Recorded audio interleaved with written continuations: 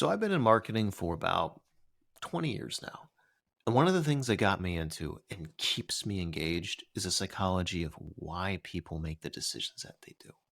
It's like if I had to peel back all the layers, marketing is essentially the art of persuasion. In sales, it's either leading someone to act or to make a purchase, or in the realm of PR and propaganda, it's implanting information to spread awareness or change one's opinion. So, buyer psychology has always been super interesting to me. It's because it's the ability to influence that decision making algorithm. And if you can do that, you can unlock many things. It's not just the kind of shit that you buy, but it's also the kind of media you consume and even who you vote for. So, I've always been really interested in figuring out what are all the levers that you need to pull to make someone take that action. And my guest today is Rishi Rawat, who is a world-class expert in buyer psychology and conversion optimization, and frankly, one of the most informative people I've ever talked to and got to know on that subject.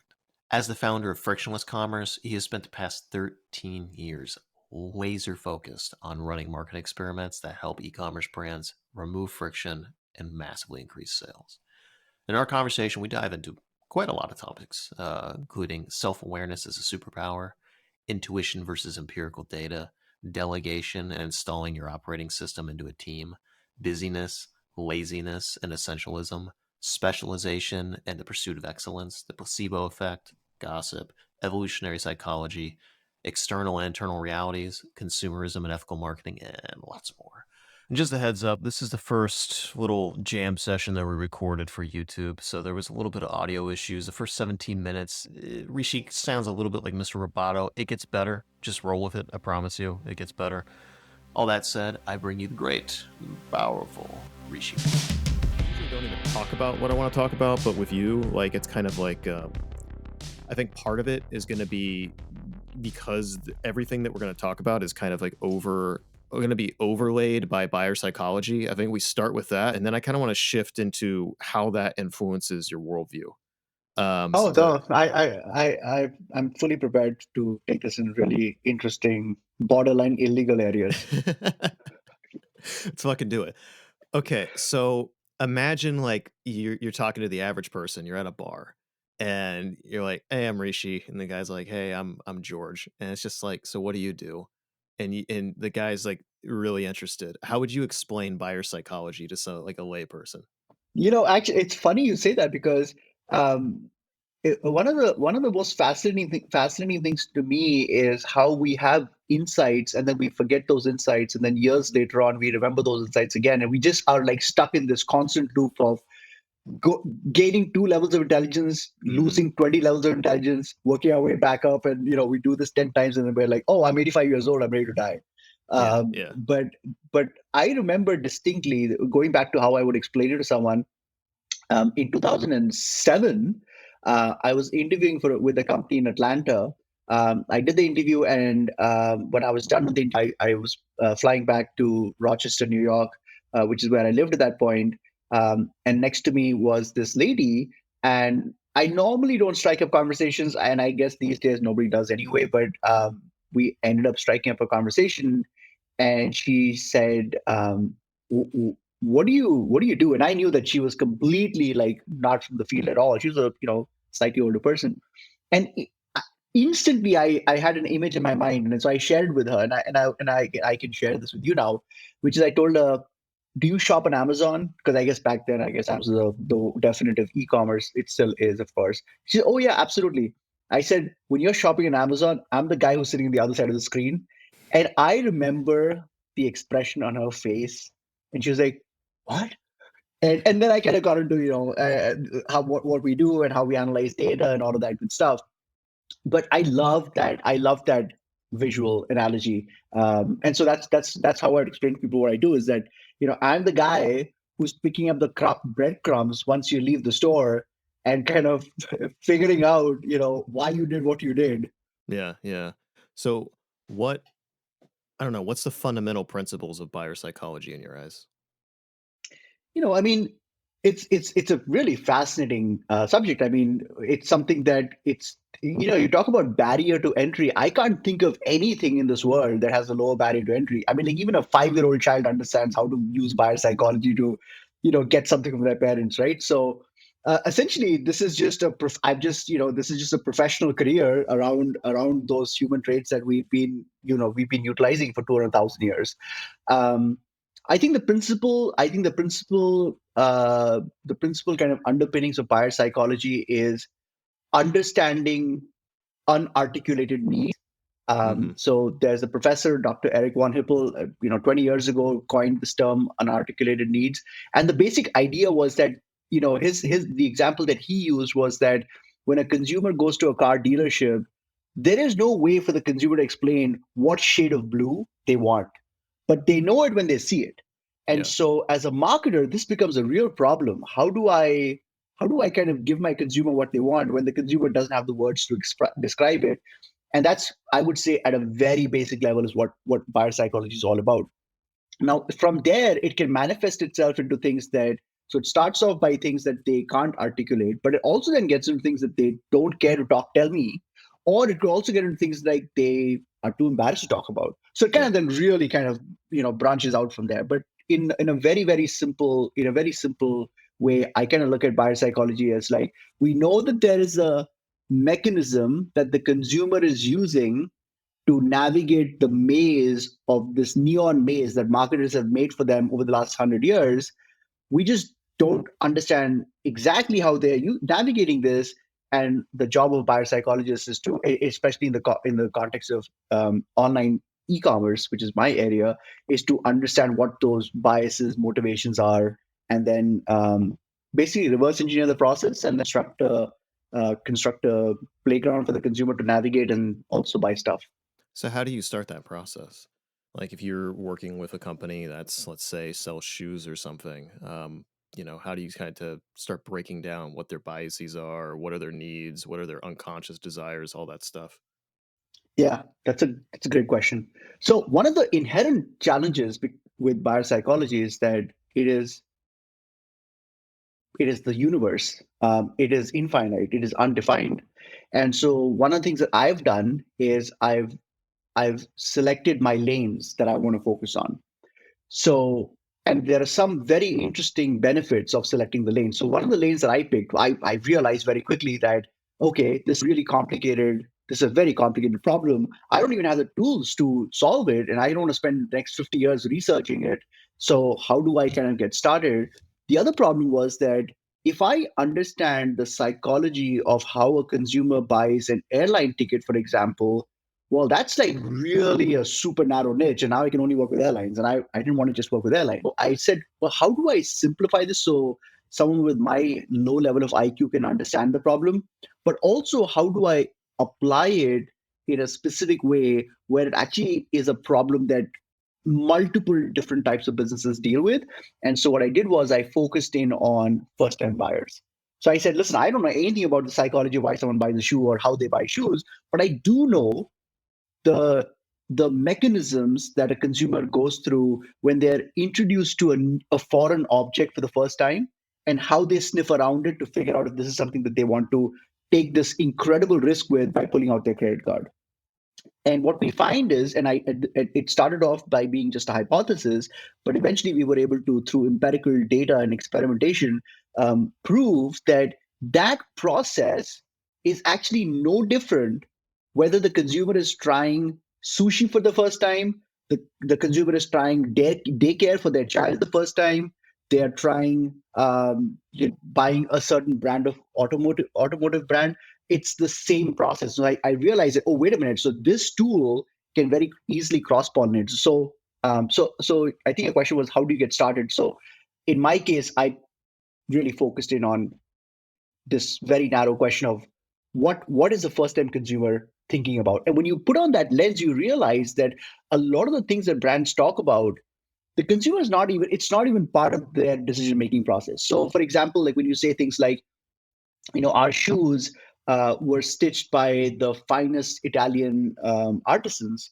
Well, the consumer doesn't, at this point, has not even determined if you deserve their attention. So they're not even paying attention to the fact that it was stitched by some artisan. So the job of the marketer then becomes to like, okay, well, how do I get this buyer to get familiar with me? So that's the other thing, is that not only am I focused on first time buyers, I mean, our focus is so narrow, that it's borderline stupid, but we focus on first time buyers, but we principally, our mechanism is to get them over the unfamiliarity barrier. I think a lot of times brands just start talking about what makes them amazing without realizing that the consumer hasn't even tuned into why your brand exists or why your brand matters, or why the problem you're saying that you're solving is even a problem they should care about. Yeah. And I like to kind of start there. So what is, how do you kind of, some brands, like, they don't actually have a good idea of what problem they're solving. Like, it's very surface level. So like, let's say it's a shoe company, and it's like, okay, we make really good shoes. They're better quality, they last longer, they whatever. But it's like when you're buying a Coca-Cola, it's like you're not really just buying the drink. It's like you're also buying, hey, this is nostalgia. I grew up with this. Nike, it's the just do it thing. You feel empowered, like, okay, I need to start exercising. Well, I'm gonna go buy a pair of shoes, and then you go there and you do Nike, and you have this growing up, you have this thing like, these shoes are gonna be like a superpower for me. It's like I'm donning the Batman cape or something. There's so much there. um how do you kind of sculpt that or figure out what that is, and then take that? Because a lot of what you're doing in a way is helping these brands, whether you're intentional or not, because you just focus on the product pages and you're telling that story. But I'm sure a lot of these brands you're working with don't even know what their story is. And so, like, how Right. do you kind of unearth that? Yeah, so I mean, you bring up good questions. And this kind of reminds me of the conversation you had with Sam, and he talked about narrative arcs, and he talked about the fact that there are many kinds of narrative arcs, and so and there are, and I'm not an expert in that subject, but one of the things that I like to do is a classic journalism technique and a classic copywriting technique, but I like to introduce tension. And what happens is that either the tension resonates or it doesn't resonate with the buyer. And so I think Sam gave the example of the heliosis, or he talked about the bad breath situation, and that's a tension that was introduced into the narrative that the consumer didn't expect, was not seeking out, but once introduced, the consumer either said, "I don't. This is totally unrelated to me," or the person at a very primal level said, this is a problem for me and I'm curious now. Once you've got the tension introduced, now you've essentially got a little string that the consumer is pulling on, and then you kind of pull them deeper and deeper. So if when I'm working for a brand, I first ask myself, what's the tension here? And it's this is one of the interesting subjects, is that sometimes brands, you're right, brands don't have a story, and when I actually interrogate them, they actually struggle even in the interrogation process, I and like that you sometimes they call it just give up. interrogation. Yeah, we actually do call it interrogation, but we they sometimes they give up, and I think that out of frustration they'll say something like, we actually don't have a story. There's nothing there, like, just stop bothering me. And actually, they couldn't be more wrong, because when I remind them about the incredible inconvenience of waking up every day and working on this business that they've been working on, like, there is this secret force that's driving you. And you don't, because you are so enmeshed in it, and because it's so pedestrian, like, you can't unsee what you've seen. It doesn't seem spectacular to you, but it's there. And I always remind them about, like, okay, can you tell me about how you started the business? Like, you started the business, like, were you the first? Did you introduce humanity to shoes? And they'll say, no, of course not. Well, can you tell me about what was there? And can you tell me about how do you raise the money for it? And when they start talking about those things, I think I'm making them aware of this force field that is within them, but they've gotten so comfortable with that they don't actually recognize its presence anymore. And then through that, we can then really extract elements of that story. And then once we've got the basic embers, we can kind of build on it, and then we have a very specific process on how we construct a story as well. But that's kind of the process. I think it's no more complicated than that. It's really like, if anyone's listening to this podcast, You don't even have to have an external person to kind of interrogate you or facilitate that process. I do think it helps. But I think if you have the courage to block 4 hours in your calendar and turn off your computer and just with a piece of paper and just write down why it is you do the things that you do, the story will emerge. Most people don't even want to do that. Now, if you don't want to do that, then it's difficult to articulate it if you're not willing to kind of express it to yourself. That's the process. Why do you think people don't want to sit down and do that? I think it's fear, number one, because they feel that they might come to the conclusion that the thing that they invested the last, we're all delusional to some extent, right? So Yeah. confronting that delusion is dangerous, is traumatizing.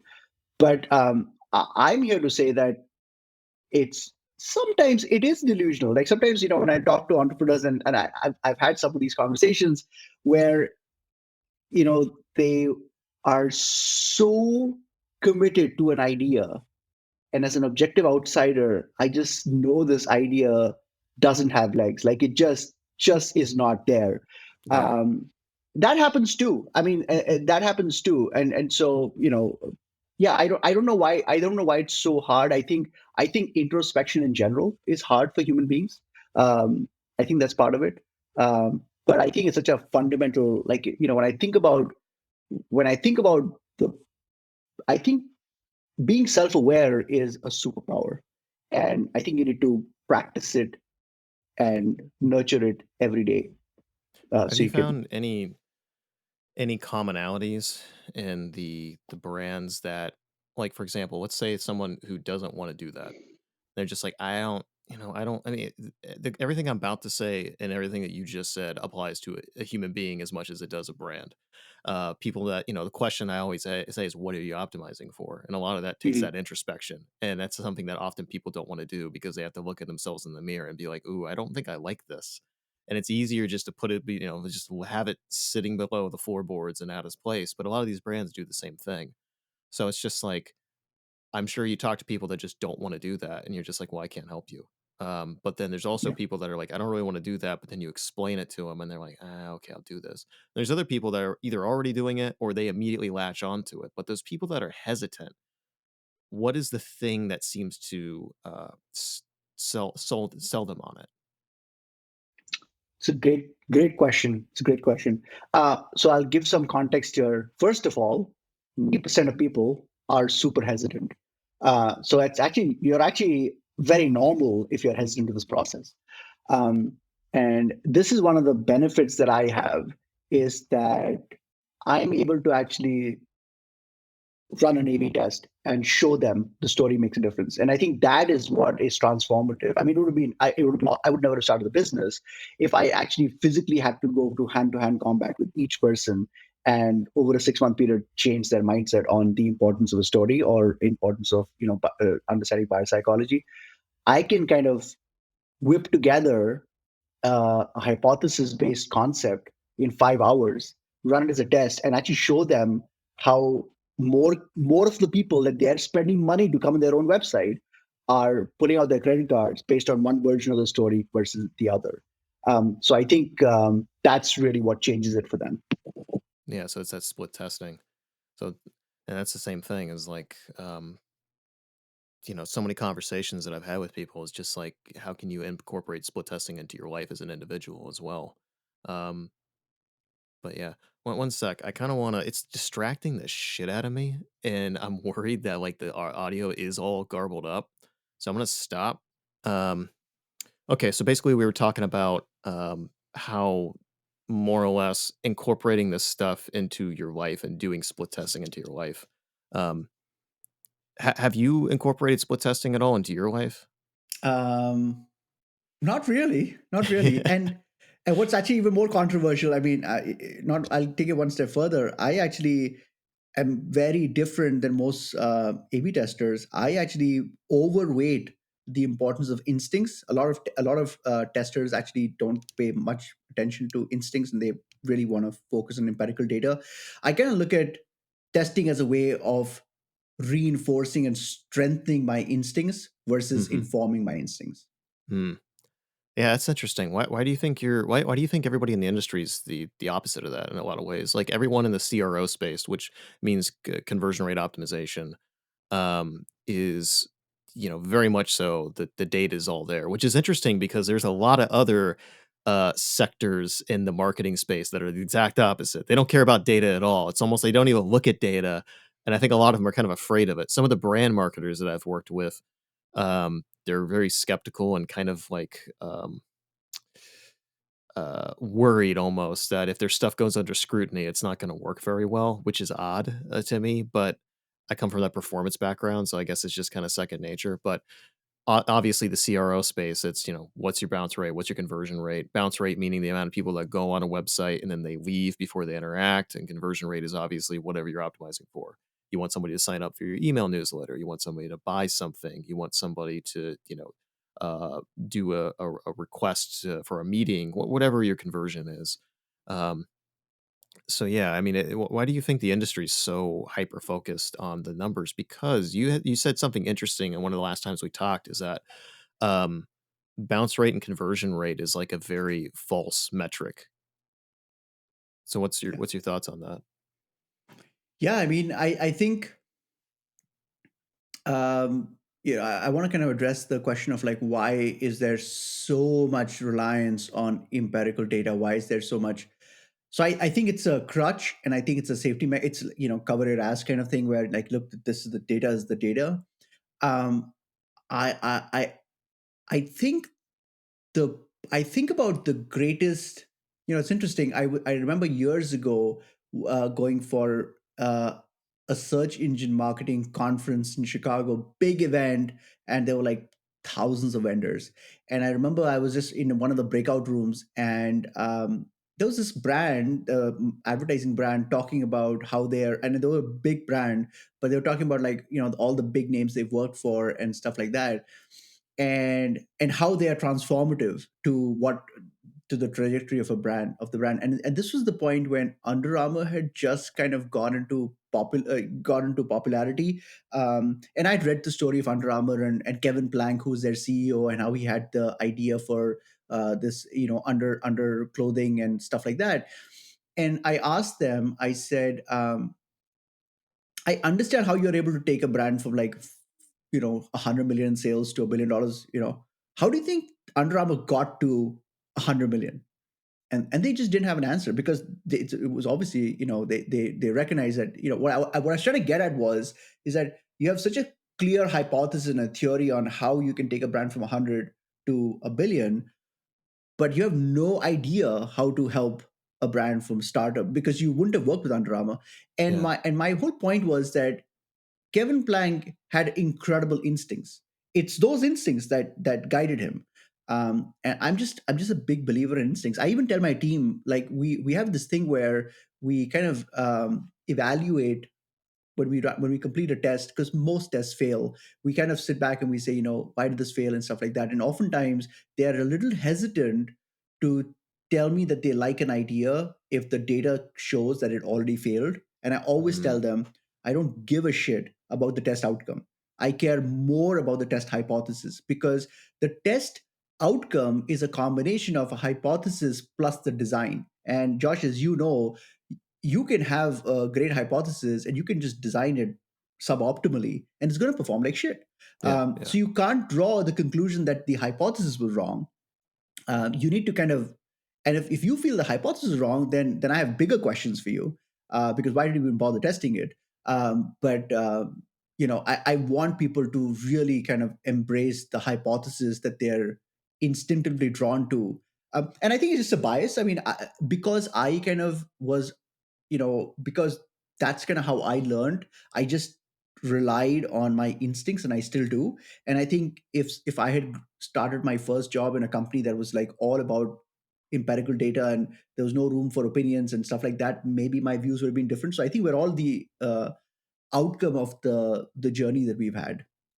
yeah. And I think that's an interesting kind of foundational layer to it is like, there's a lot of people that I know, for us in the marketing field, just our specialty, and I'm sure it translates all over, but it's just this issue of people that start working at a big agency or a big company, corporate or just large, and then they try to work for a startup.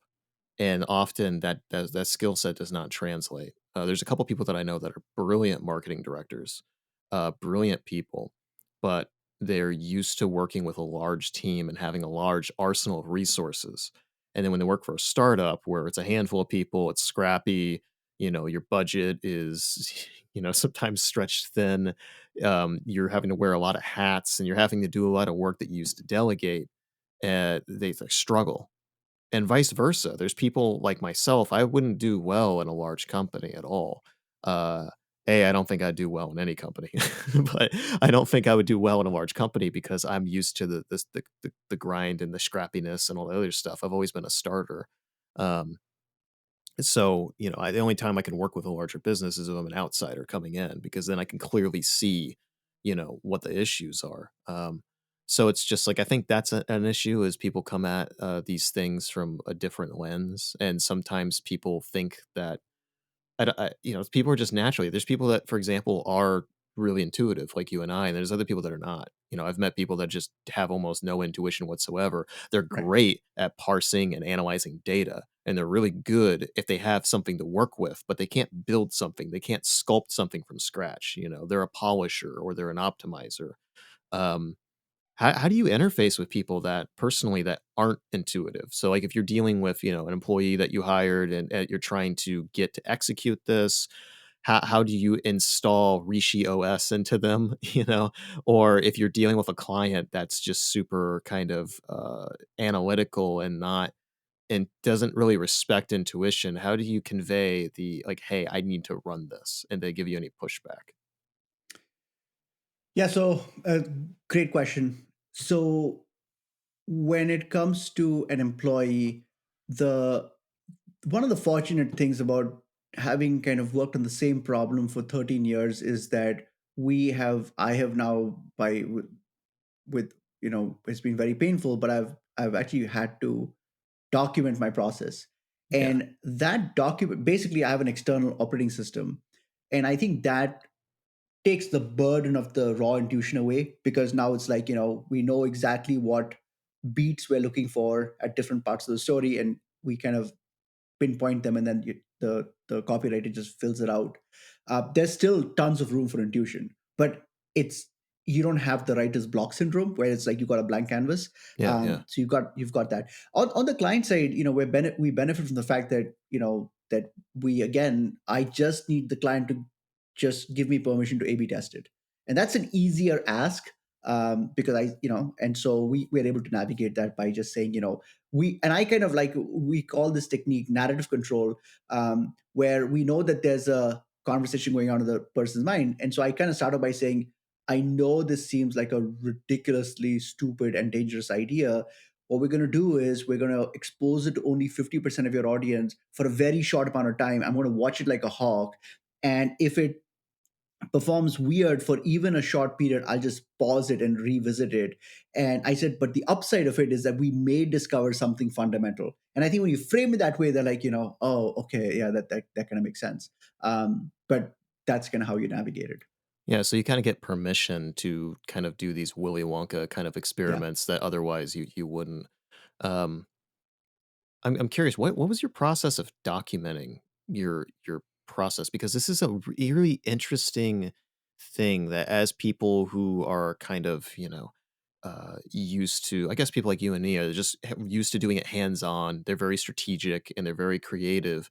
And then you start working with other people and you have to install that operating system. This is a reoccurring conversation that I've had with people where it's like, you said yourself, it's like this painful process of doing it because you're taking this thing that is this kind of ethereal, like super interesting, creative muse process and all the sexiness that gives you energy. And then you have to install it into this kind of clinical framework. And it completely is the opposite of what Yeah. gives you energy. But also, you kind of have to do that. And people struggle with it. It sounds obvious. Like if you're just listening, it's like, okay, you sit down, you say, okay, well, if I do this, this or this, it's you go down the checklist. But when you're actually sitting there having to do it, and you're looking at that blank paper, It's a son of a bitch, man. So what was your process doing that? Oh, I'm still working on it. So we've been working on it now for 4 to 5 years. It's an evolving process. Um, I mean, I don't even want to think about it because it was Case in horrible. point. Yeah. Yeah. No, it's really torturous. But what you realize though is, well, there are two things that happen actually. So this would be, for people who are thinking about formalizing their processes and having the same hesitation that you and I have had, there are two unexpected outcomes of this process that I think they need to be aware of. Number one is that it actually improves your articulation of what it is that you do. For And sure. that's a Yeah. superpower in terms of sales. Because previously I would just talk about, I would just mumbling all the time, and they would see my energy, but they're like, this guy's, there's no coherent theme to what he's saying. So that's one. The other thing is that, and this has been the surprising thing for me personally, has been that, how Elon Musk developed a rocket system where the initial launch is one rocket, it takes you to a certain point, and then there's another rocket launches from there using the first thing. Uh, this is a multiplier. So what's happening now is that I have this framework, and I can push even harder on breaking through the creativity. So it's been really transformative in terms of my own abilities. um, but I didn't know any of these things 5 years ago when I accidentally excitedly made a note of my to-do list. It's like, hey, I'm going to start working on building a process starting tomorrow. 5 years later. To 5 years. Yeah. So let's say you're doing these product stories. That's the interesting thing is I think people think about in terms of like, okay, you have a brand story, So like with Ten Tree, my buddies and one of my clients is like, they plant 10 trees for every item that they sell. So that's kind of the initial foot in the door. It's kind of it talks about itself. It conveys a lot of things that you really don't have to say otherwise. Obviously, it's good for the environment, and all the other stuff is implied. But then also they back it up by saying, hey, we use the most eco-friendly materials possible. We try to be the most sustainable possible. And really what they're kind of signaling is that we are the opposite of all of the waste and fast fashion. And, you don't have to feel guilty buying our clothes. You don't have to be guilty being a consumer. And, we have the existential uh, issue of climate change. You can help maybe offset a little bit of that. So you can feel good about yourself while you're buying something, and it's kind of like you can have your ice cream and it's healthy for you. It's like it's almost like a free lunch in that regard. But then so that's kind of like an overall brand story, but with you look at it on a product level. And I think this is really interesting because I think people, even in their own lives, they tell themselves a story of who they are or what they're doing or their mission, but then there's also those kind of sub stories that are going on, and I think that gets overlooked. So how do you, when you're looking at a product story, I think it's pretty simple. Like, okay, you're selling like an air purifier or something. You come up with a story for that air purifier, and that makes total sense. But if the company has nothing but air purifiers, how do you tell a different story when they don't? There's not a lot of meaningful differences. Like I'm trying to find a new blender right now, like for making smoothies every day. Mine's starting to go out on me. Ninja, which I've used the Ninja blenders in the past. I like them, and I was looking at the different brands and different products. Ninja has like 15 different blenders, and really only 3 of them seem like they're meaningfully different. And then they have all these, and it's confusing. It's really confusing, and I'm just like, I don't know what to buy. So, like in your case, you're like looking at each of these individual products as their own story. How do you differentiate, and what's your process for not having it just be the same thing? Yeah. So that's a great question. So um, that's a great question. So what I do is one day I hope to work with Ninja. But what I do is I You kind of should look at hire him. I look at the sales distribution. This is one of the cardinal sins that all marketers make, is that they say we want an idea that's going to make all our products do better. And like, well, yes, I understand what you want to happen, but that's not how the world works. Um, I look at the distribution of sales, and invariably you're going to find that for Ninja as well, I'm sure there's one model that's driving 60% of their overall Blender sales. Yeah. That's so we already have the answer. That's the page I'm working on. Um, and most consumers actually don't even bother to kind of look at all the alternatives and kind of balance it. They come to the product page. They come to your product page, your bestseller product page, if that's where you're driving them, which is what you should do, obviously. And then in a split decision, in a split second, like a Tinder date, they've judged you and they've made a decision about if they're going to buy from you or not. Everything else is them just building the argument to kind of fully convince themselves. Yeah. Um, and so really the brand has to we talked about introducing the tension up front, but and so that's where you kind of start, but then you need to like really, one of the things I do a lot, and clients actually hate it, is that I basically badmouth all of my other siblings, and I do this because the buyer has already looked at the siblings and decided to come to me. So the buyer already is convinced that I'm better than the siblings. Um, I just need to make it crystal clear, because the danger you run into is when you start saying that, and brands do this all the time, they love cross-selling and upselling. You should also look at our other products. Why? The person has already told you. First of all, the moment the person landed, the timer started running. You have 2 minutes with this person.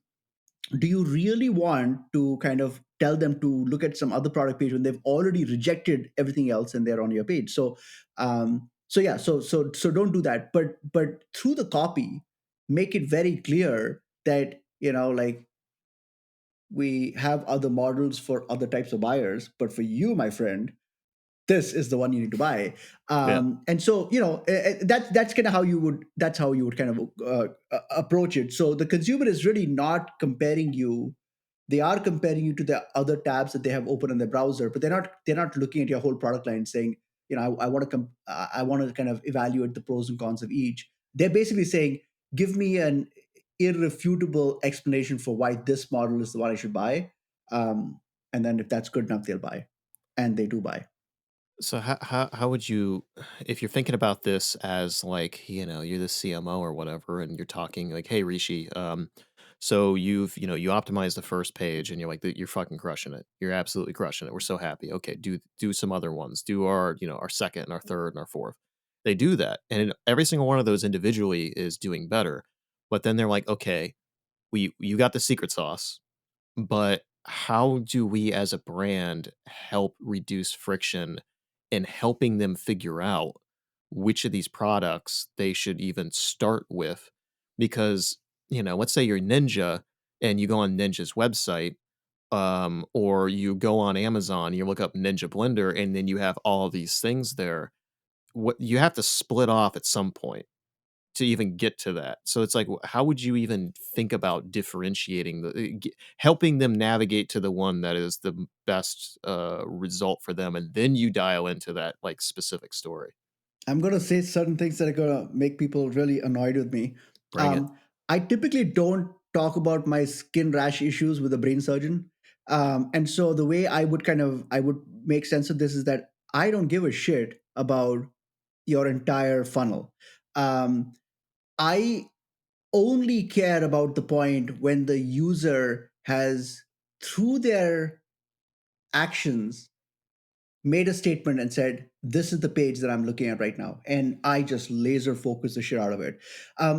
I do not touch anything higher in the funnel. I don't help them navigate through your options to this page. I don't do any of that stuff. So I mean, to answer your question, I mean, not to be flippant, but I've really never thought about it, Josh. Like, I'm so one dimensional in my thinking. Like, I think I can spend the next 50 years just thinking about the product page. So I don't think about those questions. How did you get to that point? Like, how did you become so focused? Because that's the opposite. I mean, like, even on LinkedIn, you're like, hey, I'm the Shopify product page guy, and we've had these sidebar conversations where you're like, I've been posting shit on LinkedIn for years, but it wasn't until I started saying I'm the Shopify product page guy that people started really reaching out to you. which, you know, our mutual respect for, you know, David C. Baker, the book, The Business of Expertise, like really kind of put the nail into that. But what, you know, even before that, you have always kind of had that focus. How did you decide like that was your focus?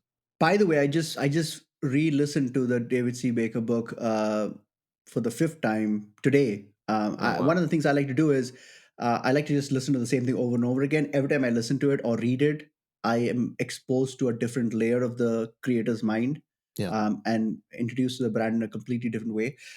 So to answer your question about how I kind of focused in, how I kind of zeroed in on this, so this is something that I was always aware of based on the data that I was looking at for the last 8 years.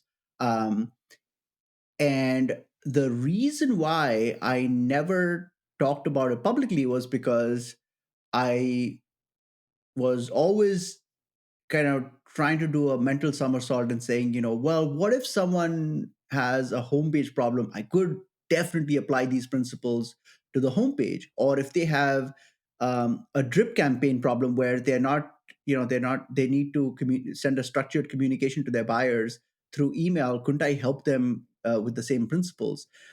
Um, but when I was actually looking at the work that I was actually doing, it was the only thing I would do. Clients would give me the keys to their website, which is an incredible privilege, by the way. And I've often wondered about how fortunate we are. But I would look at the data, and it was always like so singularly self evident that there are a handful of products. And in my case, there's always just one product there's a principle called the Zipf's law, which basically states, the number one, like if you look at ice cream sales, I believe the most popular ice cream flavor in the world is vanilla, followed by chocolate, and vanilla sells 2 times as much as chocolate. So it's not just a little better; it's actually incredibly better in terms of volume sales. The same happens for product pages, and so I had a client that sold batteries. He literally had 50,000 different SKUs of batteries, car batteries, cell phone batteries, all these kinds of batteries. Yet he had these two in house brands that were driving collectively 30% of his overall sales. So I was Wow. like, why the fuck would I spend even 4 seconds thinking about SKU number 3652 Yeah. when I would have to get a 50x improvement in conversion rates to match a 5% improvement in conversion rates for this number one product? Yeah. And Yeah. so I think to answer your question more specifically, Josh, I think I'm the laziest guy in the world. And if I can find a simpler way to conserve energy, I will do it all day long. And so when I realized that, wait a minute, I can do 1/10 the amount of effort and get the same amount of outcome by just focusing on their bestseller, then I was like, this is the musical instrument I'm going to play. See, I think you're the opposite of lazy. Like Tim Ferriss always has this line. I don't know if he lifted it from somebody else, but busyness is just laziness. You know, like it's just like you're spending time a lot of the time on things that are needless. And then, you know, Greg McEwen with Essentialism, which is a great book. You know, he talks about how do you focus on the singular most essential thing or a handful of things and not juggling a bunch of shit at once. And I think that's what you did. You looked at the data. Your intuitive sense was like, this seems like a lot of wasted effort. And then you have the data to back it up, and you're like, I'm just gonna focus on that. And I think there are things that you can do. Like, you know, I'm sure with clients over time, it's like, hey, we applied pretty consistently across the top 10 products these things. There are these elements that are universal. Now you can en masse apply that, and then we can slowly go down the list of the top products and keep doing that. But then you could see the gains there. You don't have to sit there and do individual ones. You can just kind of apply it. And I think that is something that you can definitely apply in so many other aspects of your life, both professionally and personally, is like, how do you focus on the singular thing that's going to have the most impact? And a lot of the time, by figuring that out, you can apply those principles in other areas as well. It might not be one for one, but even if you get a slight increase, it can. You know, for me, it's like, I absolutely am 100% convinced. My clients already do this, where they will take insights that we learn from the product page and actually apply it to their advertising, yeah, because they realize that, hey, wait a minute, only 5% of people that see our ads ever get to the product page. why, if the story is working in the product page, why wouldn't it work? Because part of what I do is I identify selling angles, different ways of Yeah. positioning what that product does. So yeah, you're absolutely right. And one of the things that I want to mention for all the young people that are listening to this episode, and I hope there's a lot of young people listening to this episode, is that one of the reasons why we're so scared of specialization, again, I've fallen for these traps myself. We're scared of specialization because it seems like it's going to be so boring to work on just one thing. And I think what you realize is that the deeper you go into a subject, the more a universe. It's almost like, it's almost like when scientists are trying to identify subatomic dimensions. Every time they fucking figure out a new dimension, some more new ones appear. Like, what the fuck? We got to rework all of the equations again. Yeah. But it just keeps on happening. And what I found actually is that I think product page is too broad a definition now. I feel like I should really focus. I really need to narrow it down further. And it's a beautiful feeling because it's this. You get to, it's like having food. Like you at one level you're consuming the calories, and that's one level of awareness. Then you kind of get into the mouth feel. That's a whole different level of awareness. Then you get into the sensory perception of eating food, which is a whole different trip altogether. Once you get there, it, it it just changes your perspective. Like, I don't understand wine as much, but I know friends who really really understand wine, and for them it's a completely different form of poetry than what I have access to. So to me it's just like, red or white, and both are garbage. And to them it's like, oh my god, you have no idea what you're missing out on. Yeah. Yeah. Uh, What was that process like for you, narrowing down that much? Because I think that's something that like people are really hesitant on. Like, oh, I can do, for example, every single, you can go down the rabbit hole pretty deep. I do marketing. Okay, I do marketing for e-commerce businesses.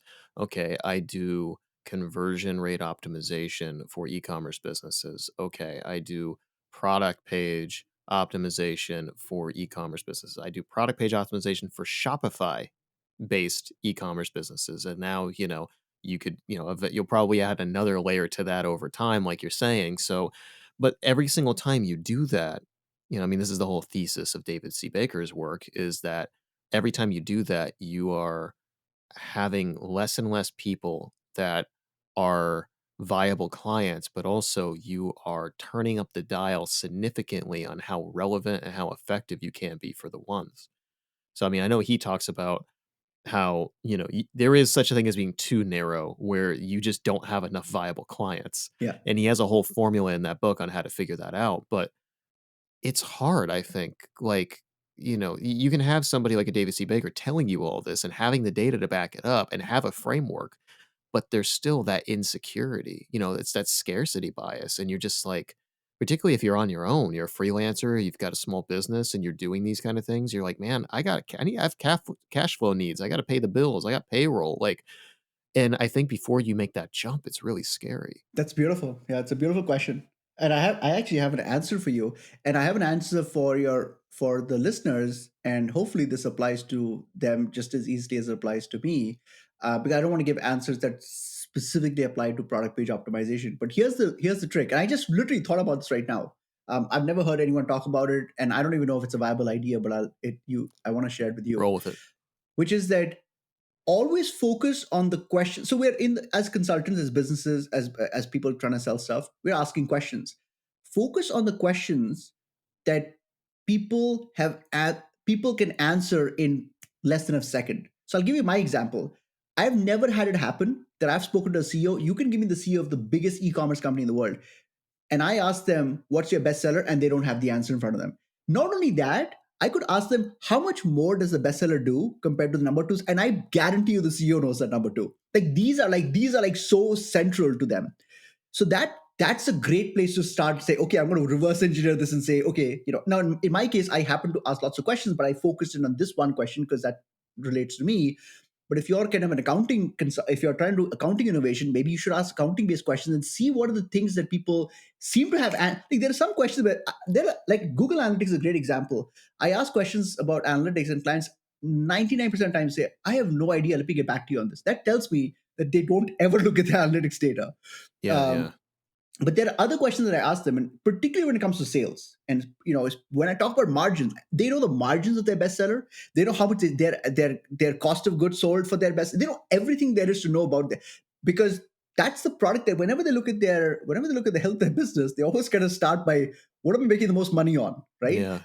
And so they knew that. And so one of the things this was not by design, but I've benefited from is that when I talk about product page optimization of the bestseller, it is something that the CEO is intimately interested in, and then I can take them down the rabbit hole. So I think for anyone, no matter what you're doing, like I'm sure from an SEO perspective or from a marketing perspective, I would say for marketing, for example, ad spend, like all companies that I've talked to, they know all their numbers when it comes to ad spend. They know exactly how much they spend on what channel, and they know it right down to the cent. So, well, maybe ad spend is a place to start off. That's a pain point. Start off and then somehow tie that to what you're doing for them. And I think something like that would be very relevant. So that's kind of how I connect with the audience. So how have you been, like, you're communicating these needs and these pain points, and you're saying, hey, I can fix this, but how do you become comfortable with, like, getting that focused on that? Like, did you ever have a period where you were worried that, like, you were getting too specialized and you're like, I'm not going to have enough work? No, I was never worried about that. I would say that, even like I said, product pages are too broad. In fact, if I, actually within the product page, a product page is built of multiple components. There is the promo box where you're talking about the sales and discounts. There is the image gallery on the left. There is the description. There is the social proof of the customer reviews. We actually don't touch any of them except for the description. So literally within the product page, which is like an island in itself, I'm only focused on product description. Um, and so we're already super specialized, but I've never felt that it's too narrow, because if you are an e-commerce business, you have a bestseller. If you have a bestseller, that bestseller has a description. So I always ask myself, like, I want to make sure my niche is something where right now there are 50,000 CEOs that would die to solve a specific problem. They just don't know who I am. Like, if the answer is less than 50,000, then I'm in big trouble. But but if it's 50,000, I feel good, and I know that there are 50,000 bestsellers for e-commerce, obviously.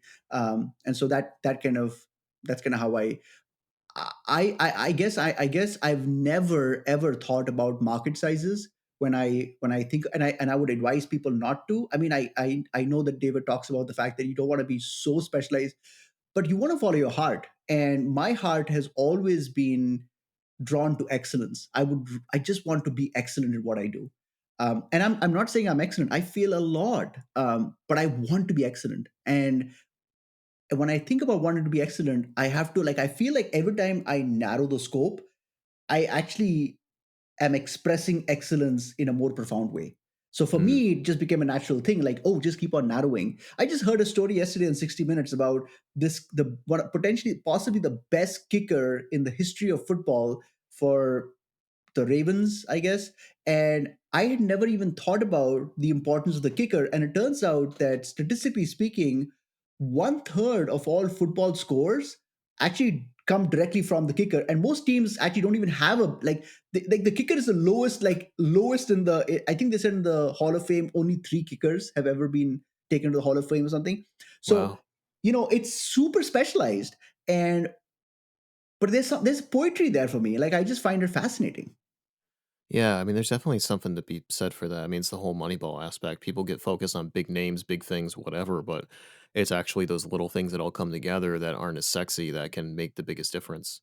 I think, that's definitely what I've seen. It's like working with brands. They always want to have these big brand strategists come in and do these big sleeping things. And sometimes that's necessary. And sometimes I've seen that go very well. But there's also a lot of times where it's like, it literally is something like what you're doing, where we're gonna try these different kind of positioning angles. We're gonna try these different, like, marketing angles of differentiation. So, like, if you're talking about the a shoe company, it's like, is it the fact that it's, super high quality and it's going to last a long time? Is it because that it's really, really comfortable? Is it performance? Like you're going to get, like it's a hiking boot that's like amazing, or it's this, or it's that, it's waterproof, whatever it is. Is it the social good fast aspect? You give one for you buy one give one, and is it like Tentree where it's the sustainability? Having those little tiny A/B tests, even if it's just like an ad or a product page, can give you so much data, and that can organically grow and become this thing. Like, you said, okay, well, hey, Rishi, you got really some valuable insights. We're going to test this with an ad. And then they test it with an ad, and then they see that's going well. And then they're like, maybe we should lean into this and all the other aspects of our business. And I think that you plant those seeds and you start small, that grows into something a lot more sustainable than, hey, because then you got buy-in. Everyone's like, hey, I understand why this works, instead of just being like, we're going to do these big sweeping changes with, arguable amounts of data, and then everything goes off of that. So yeah, I mean, I totally agree that it can be those little things. How do you, so you talk about the product descriptions, like how do you convey and communicate subtleties? This was a Mm. question that our buddy Chris asked. I asked a couple of our mutual friends, like, hey, what should I ask Rishi? And this was one. He said, like, how do you convey subtleties? And I think this is really interesting because I'm thinking about this in terms of like, even outside of like an e-commerce page, it's like, how do you convey subtleties in an email? How do you convey it if you're on a Tinder date? Like, how do you convey these things that seems subtle? Like, you don't want to be beating somebody over the head with something, but you also want to make sure that it doesn't get missed. That's actually one of the techniques we use in our copywriting. Um, so we call it implied messaging. Mhm. And the best example I can think about is a hypothetical headline that I came up with. And that headline said it's a company that sells an energy drink, just made up example. And they came up and they for them I came up with this made up example of a headline that said the headline says there are 122 energy drinks, period. We've tried them all, period. Mm. That's the implied version. The stated version of that same thing would be there are 122 energy drinks, period. They're all terrible. The thing is that the consumer has been so conditioned to know that the marketer is going to somehow dupe them into something stupid that they discount 60% of what the marketer says. So when you say there are 122 energy drinks out there and they all suck or they're terrible, the reader instantly knows that you're full of shit and it's a loaded statement. So what they've done is they've actually discounted your whole message. They've ignored your whole message because of that. But you make a subtle change and you say there are 122 energy drinks out there. We've tried them all. The thing is you've left the punchline empty, and our brains are wired to always complete the punchline. And so the consumer has no choice but to fill that gap. And the only way to fill that gap is to say that they must have tried them all and they must have concluded they're the best. Why else would they have started the business? Yeah. And when the consumer is filling the punchline, it's actually embedding deep. It's almost like a Trojan horse because our defenses are completely up for the marketer. So marketers, slaughter them, but we are very very much in favor of our own personal opinions. So when you yourself as the actor says that they probably are the best, that embeds real deep. So that's so we use a lot of implied messaging. I think stated marketing messages are atrocious. They don't Mm. work. Like you said, for the same reason that the consumer feels that they're being hit over the head, you want to convert it into you want to convert it into a subtle version, and that's one example of how we would do it. We do that for everything. What's your thoughts on like how people behave and their conscious beliefs? Because I think that there's a lot of unconscious. I mean, like Sam McNerney and I talked about a lot of Edward Bernays, unconscious desires and kind of leading people down a direction. But I think people like to think that they're acting rationally. Um, but I think that there's a lot of kind of subterranean factors that aren't even beyond there. So how do you see the difference between how somebody their conscious beliefs and like how they actually behave? Yeah, I mean, I think my entire body of work is based on nudging their subconscious decision making system. So I obviously believe that it's incredibly strong driving force. Yeah. So to answer your question, I don't think there's. I think even rational choices are the culmination of a combination of irrational choices. Hmm. And I would say something even more specific than that is that one of the, not only do marketers, I think now we are sophisticated enough to say that we understand that there's irrational decision making. I don't think that's controversial an idea, but what I would say is that one of the things that still marketers will say even till this day is that yes, we understand that there's a rationality, but that actually applies for lower ticket items. It doesn't apply for getting a knee replacement. That's really rational, and I would actually argue it's the exact opposite. I would say that the bigger the choice, the more irrational the underpinnings of how that decision is made. Hmm. So it's even more irrational than a smaller choice. So how do you guide that? Like, I'm thinking right now, like, this process, like, we're looking to buy a house right now, so we're investigating all these different options, and we got like kind of a whole list of things that are, our must haves, our like to haves, our kind of, you know, dislikes, and then the hard, deal breakers. And it's a very, very logical process. But then every once in a while we'll see a house and we're just like, that's a cool house. I like this thing. I like the way that the windows are. And it's like it almost oversets some of the deal breakers and some other things. So but like as you start accruing, like have you noticed a difference in like how people buy if it's like a very expensive product versus like a cheaper one?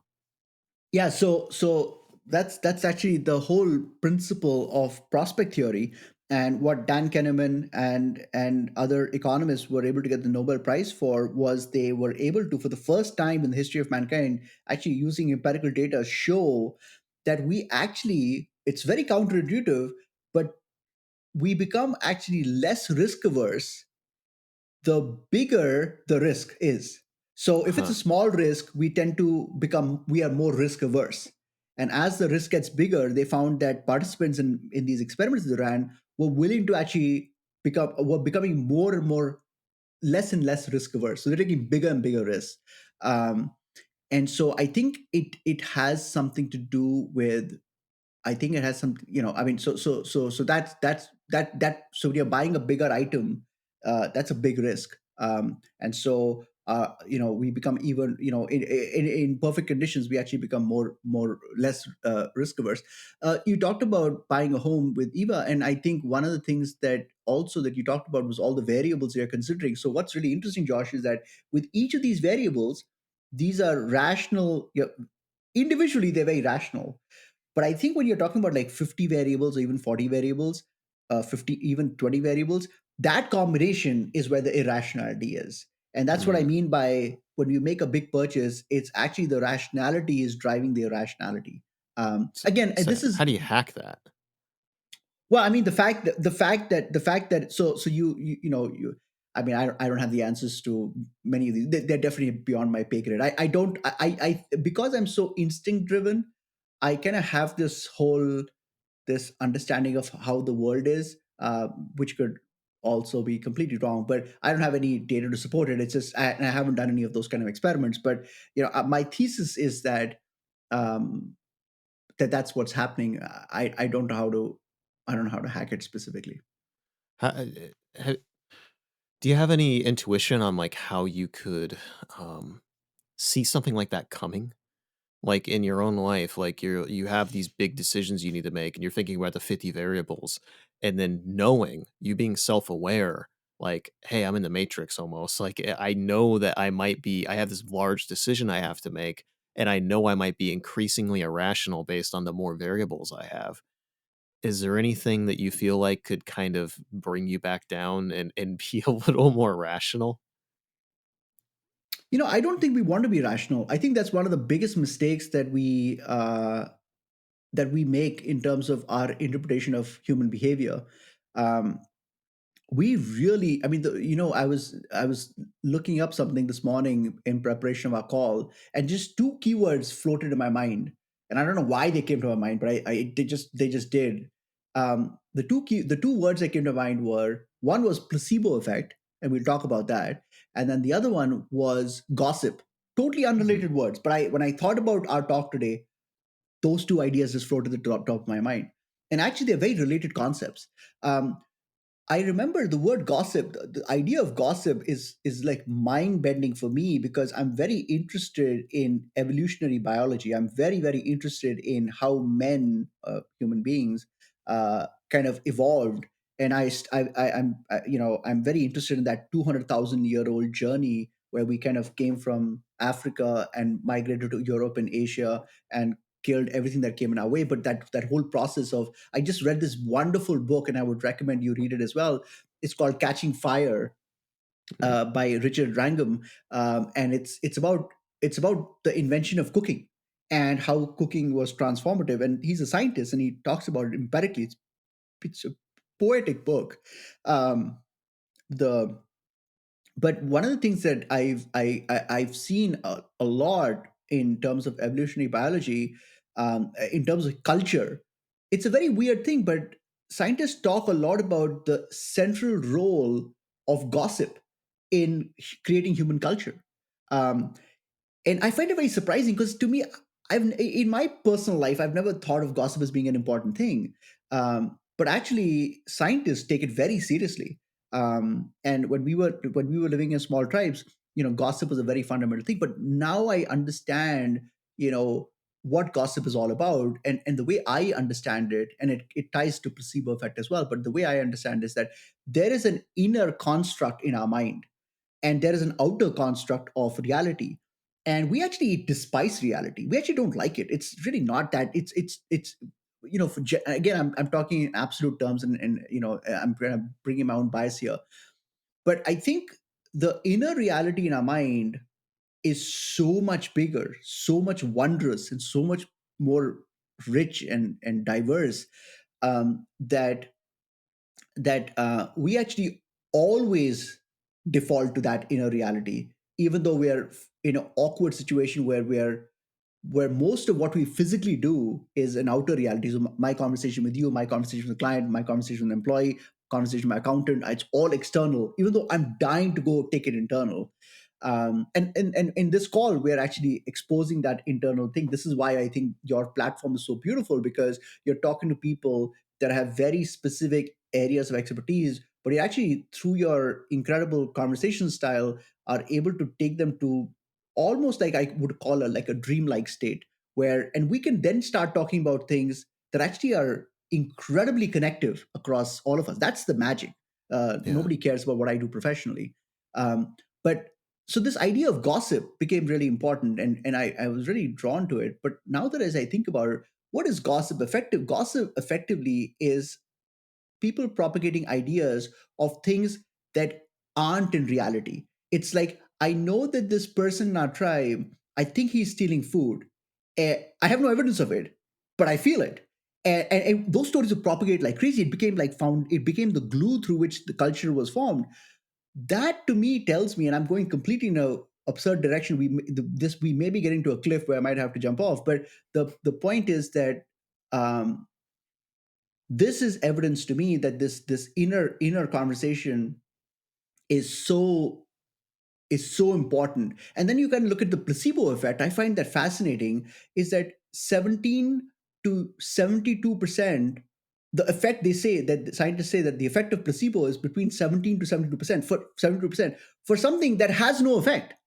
uh, how do you explain these things? And I think it's all, placebo effect is completely based on that inner dialogue, and you kind of essentially twisting the external world to match that. And gossip is the same thing. It's a conversation about, like, I know this thing about Josh that I have no evidence for, and is salacious, and but I feel it, I'm going to tell someone else, and that other person is going to believe me because it matches up with their inner dialogue as well. I'm going to let you kind of tie the pieces together, but those are the two thoughts I had this morning as I was thinking about our conversation.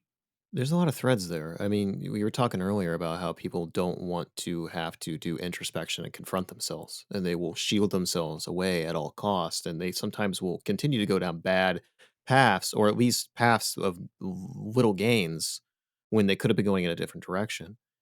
And the gossip to me seems to be kind of a way of externalizing that.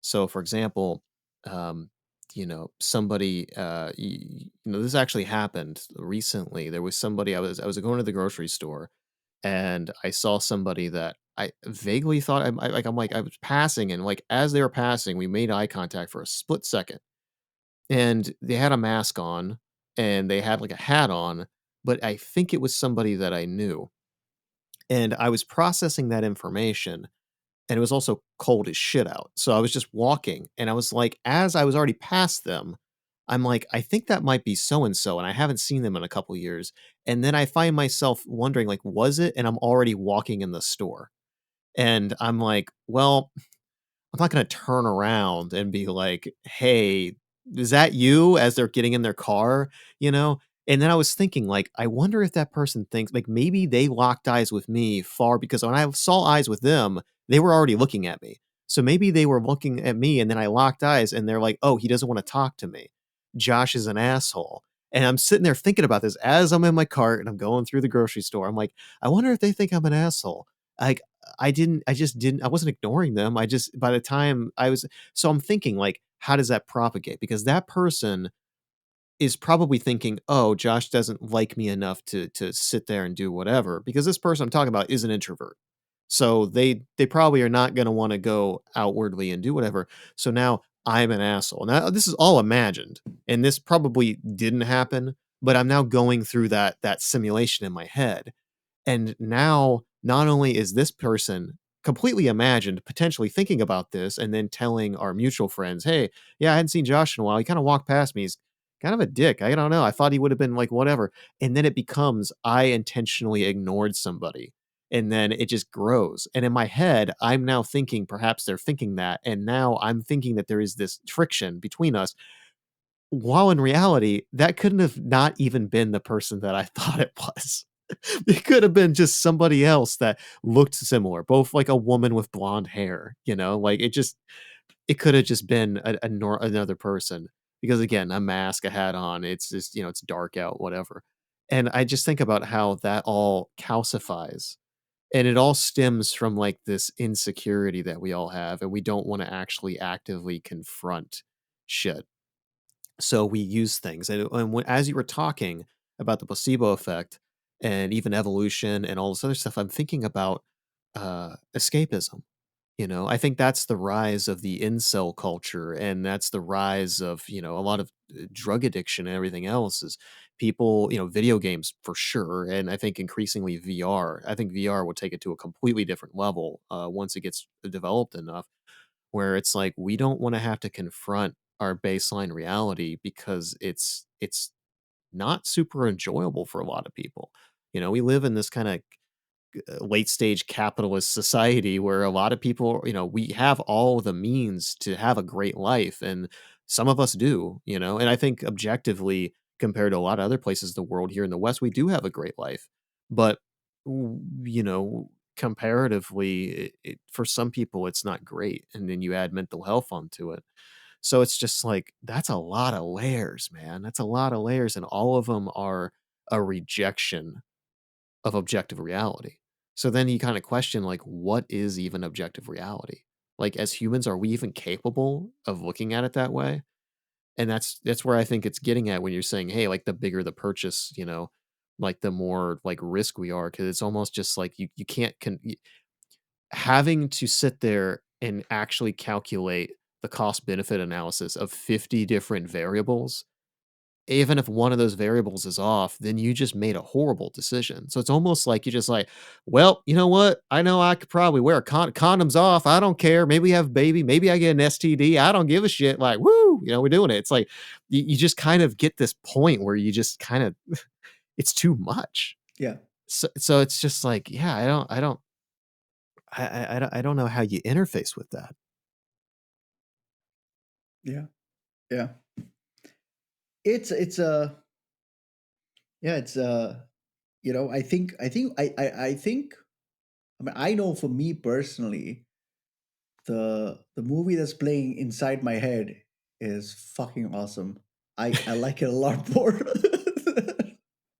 What's the movie in your head like? You got like this cool soundtrack going? Oh yeah, yeah. I mean, dude, it's like magic carpets, and you know, I can teleport. Yeah, it's really it's like it's a whole multiplex because I have horror shows as well. And I kind of enjoy them too. Every once in a while, I let go one of those horror show screens where I like, you know, and it's amazing. But I really enjoyed it. It's you know, I think I remember, I'll never forget this. I'll never forget this. It's an experience I had in India. I was a kid, and in you know, one of the things that is inescapable in India is just hopeless, abject poverty. And we're not talking about people who made a few bad choices in their early teens and are now homeless. We're talking about like people that have been homeless and lived in that same spot of concrete for like 4 or 5 generations, like literally, like they don't know anything apart from this.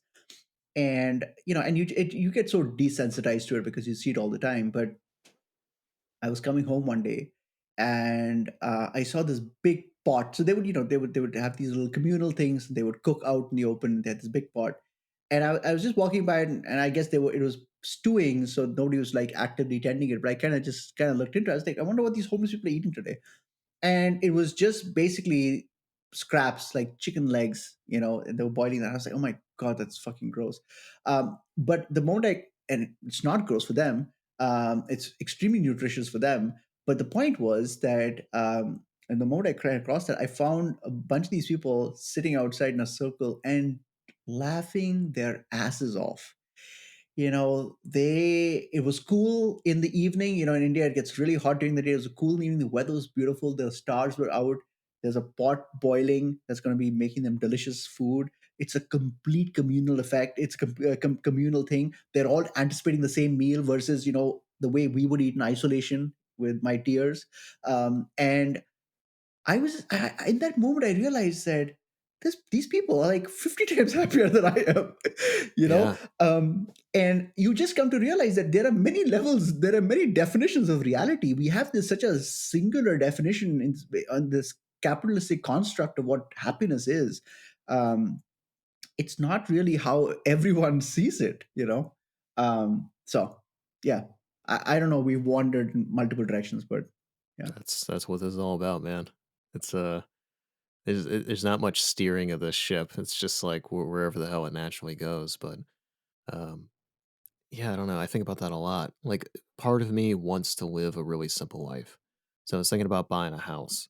Um, you know, the last two houses I've tried to buy in the last couple of years just fell through. One, the owner decided the house they were going to buy fell through, and then they're like, I'm retired. Like, you're on my time frame. Basically, I spent 2 years looking for the perfect property.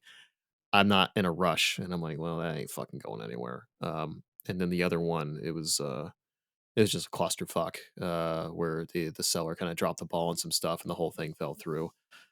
And, you know, both of those were properties with like between 3 and 5 acres of land. You know, they're kind of in a rural area. And like, that's what I've been wanting. I grew up in a situation like that, you know, woods across the street, sorry, woods behind me, you know, cornfield across the street.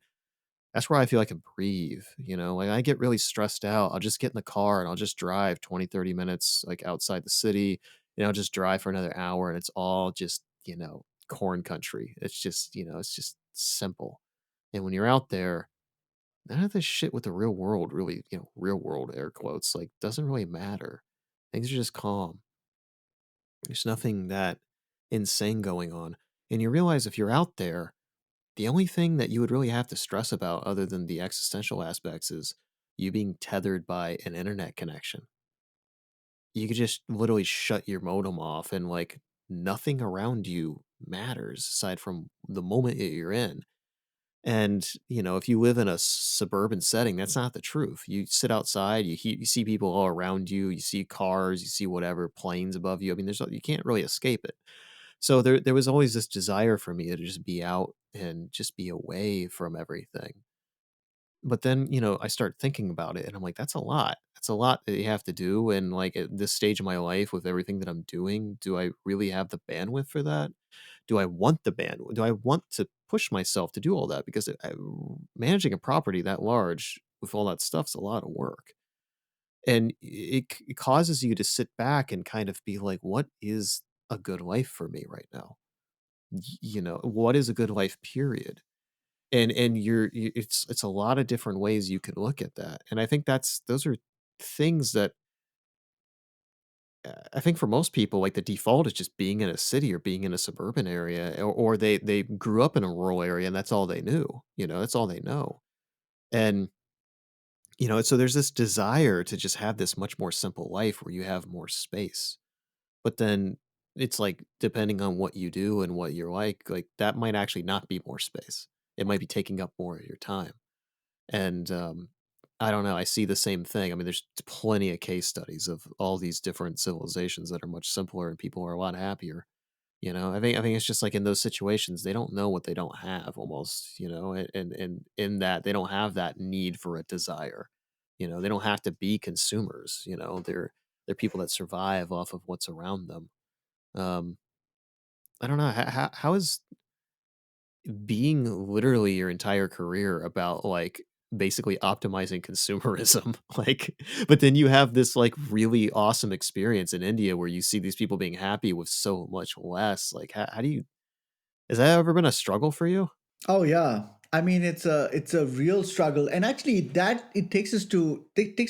So I kind of feel like you and I have gone on a journey where we went to this really dark point, but actually, there's something promising and beautiful about this as well. Um, and I think Sam and you talked about this, and I think this is one of the things. First of all, I don't think most marketers are even aware. I mean, they don't even have the awareness level to actually talk about this.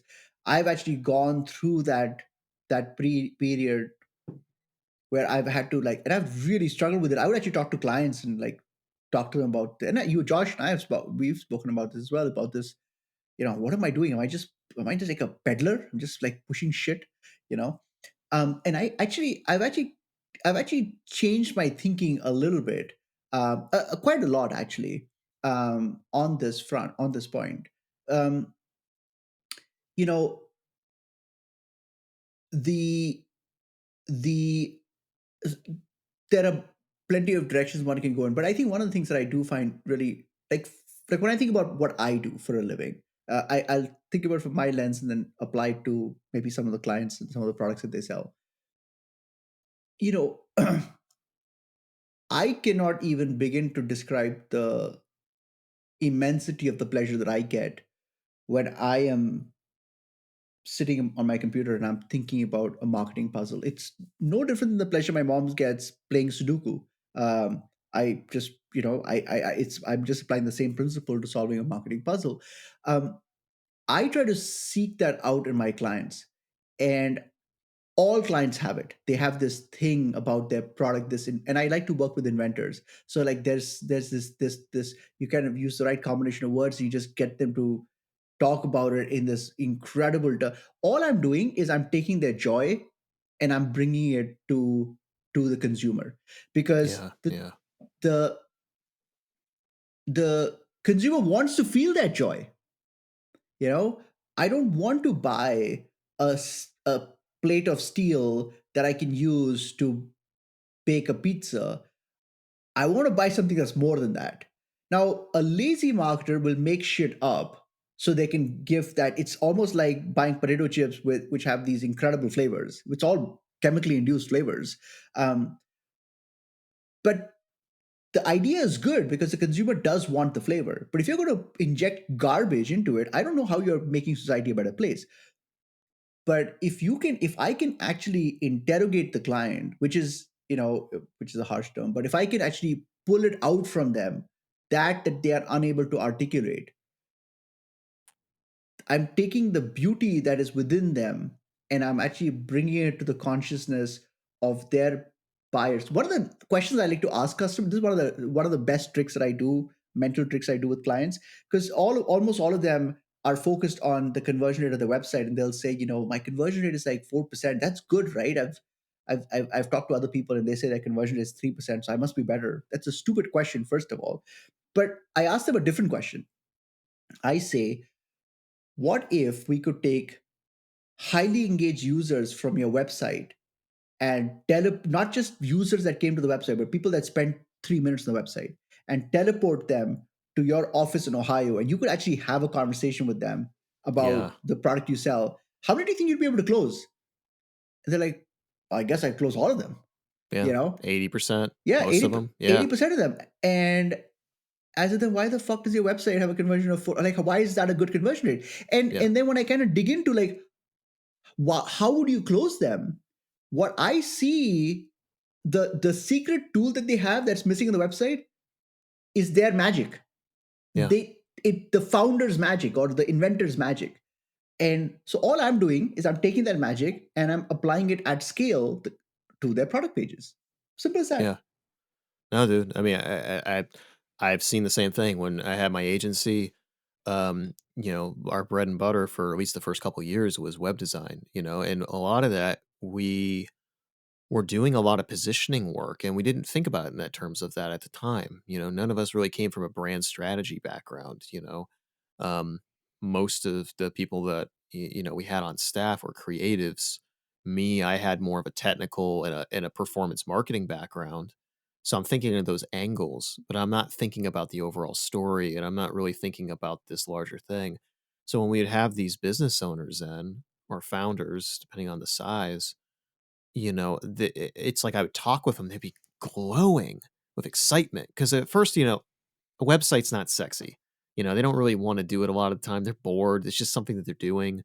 But then you start talking about, why do you do what you do? And they're like, why does that matter? And I'm like, just roll with me, dude. Just roll with me. Like, okay.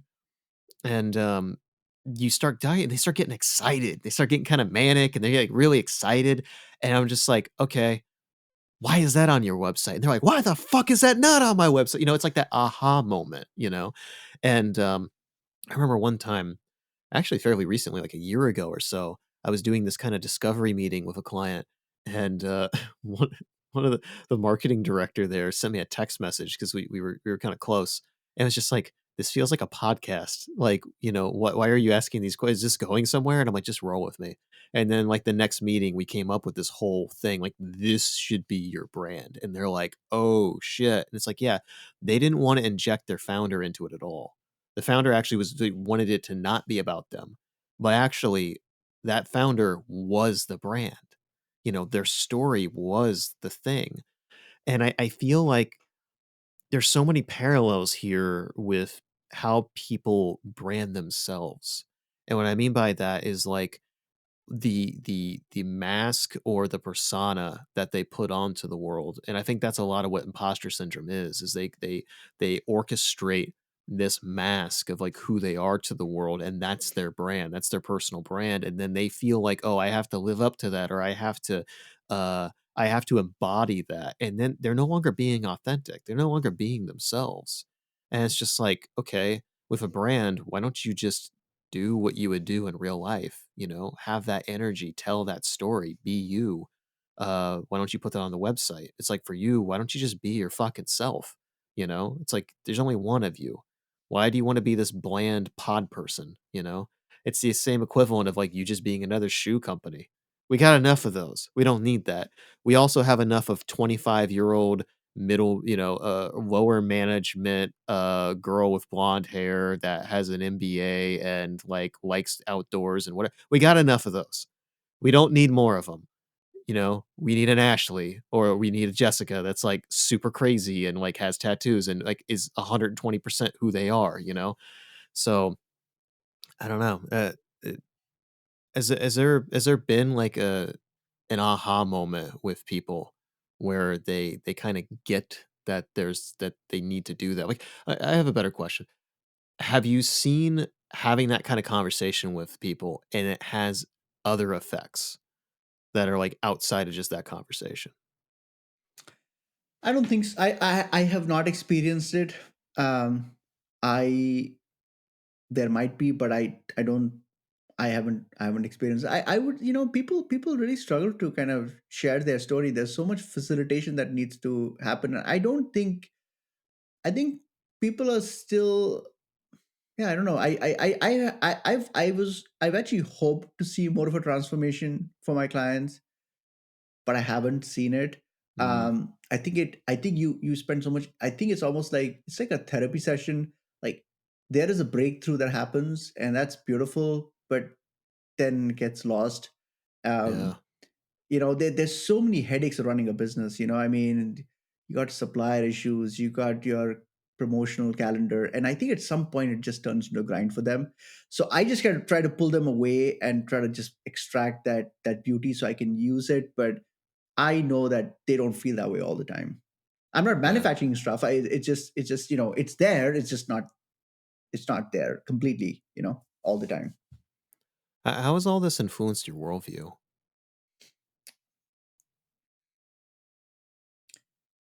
Well, I mean, it's it's reinforced my worldview. I mean, I do worry about certain things. One of the things I worry about a lot is the differential of the power between the marketer and the consumer, and it's becoming so big that I think we're already at a point of no return. Um, so I think that really worries me. You kind of take a tool, like basically you're taking like a nuclear button and giving it to a teenager. I don't know. It's going to be okay for a couple of years, but some idiot's going to come along and want to press the button. Yeah, Um, yeah. and it's. So I think that I don't think consumers. What's really amazing is that I think about our political systems. Uh, you know, it is impossible. I can tell you this with certainty. It is impossible for the government of America, no matter how smart and educated the legislatures are, to basically put Google in an antitrust or any company really, especially Google or any of these big companies. Google knows, like, it is so complicated what they do that no one human being or no 500 human beings can actually figure it out. But there is no way, and this as an SEO guy, there's no way that Google's search ranking mechanism, their entire business model, isn't ultimately designed to make Google money. Uh, Yeah. it's just obvious. And so even if I was the government and I said that's what they're doing, and they've been caught in Europe several times, they've been caught many times, where they'll give preferences. They Yelp, for example, they if you look for restaurants, they under prioritize Yelp listings because they wanted to prioritize Google listings. That is clearly antitrust kind of thing. Problem is, how do you prove it? And our politicians don't have the equipment so I feel like, okay, well, we've got a situation where we have a marketer and we have Facebook as well, that has so much data, so much power, so much legal muscle that you just can't go against them. What is stopping Facebook from never stopping manipulation and just distorting reality as much as they can? um, Nothing. And so I can't imagine 5 years from now, Facebook is going to be a more mature, responsible company. When they've already got away with what they've done, they'll only be worse. Google is worse. And Google eventually will turn into nothing more than a media company. Yeah, I mean, I look at some of these Google search results, and like the organic results are like, for certain categories, they don't exist on page one. It's all paid, you know? Yeah. And it's like, well, I guess that's what Google wants to do, and I get it. And so I am concerned about that. I'm concerned about a lot of things related to what marketers are doing. And I certainly don't think marketers are the most intelligent, balanced, spiritually minded people. So I'm a little concerned about what the implications are. Yeah.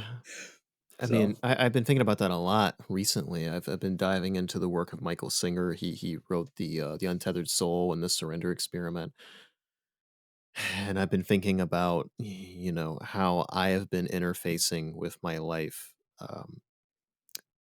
perhaps inaccurately, like not like I haven't been doing it in the best way possible. So there's this analogy of like being a surfer or a pilot.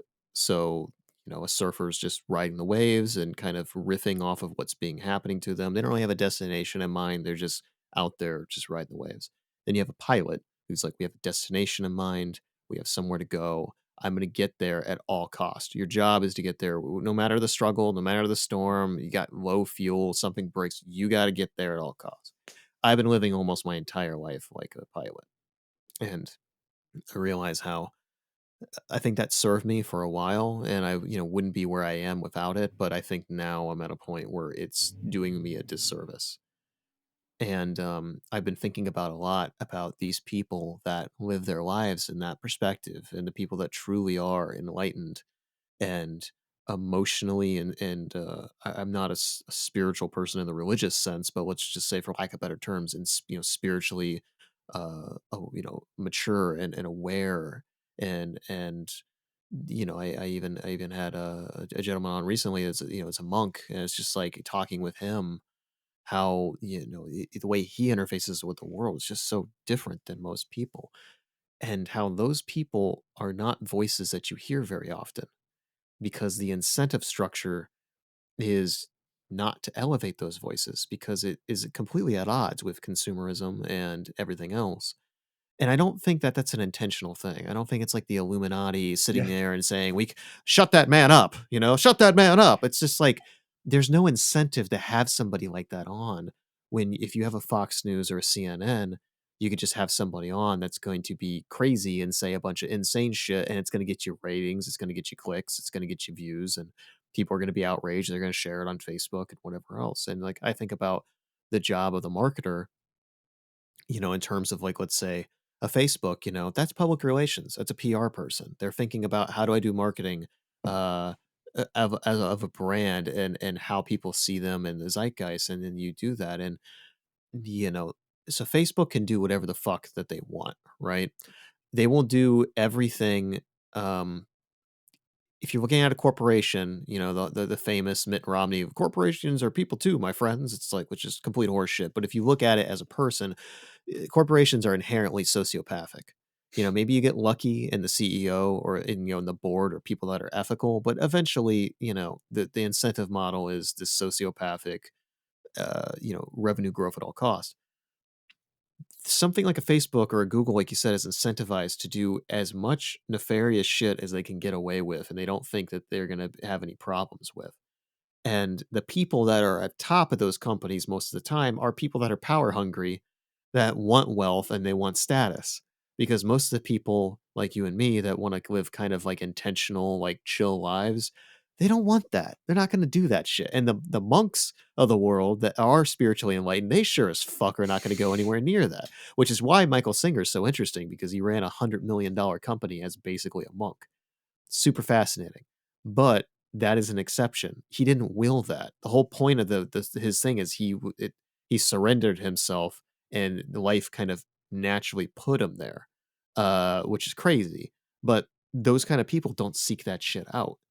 So then you get back to the original point you were making, is that Facebook has marketers that can sit there and influence everyone and say that this shit is actually for the good.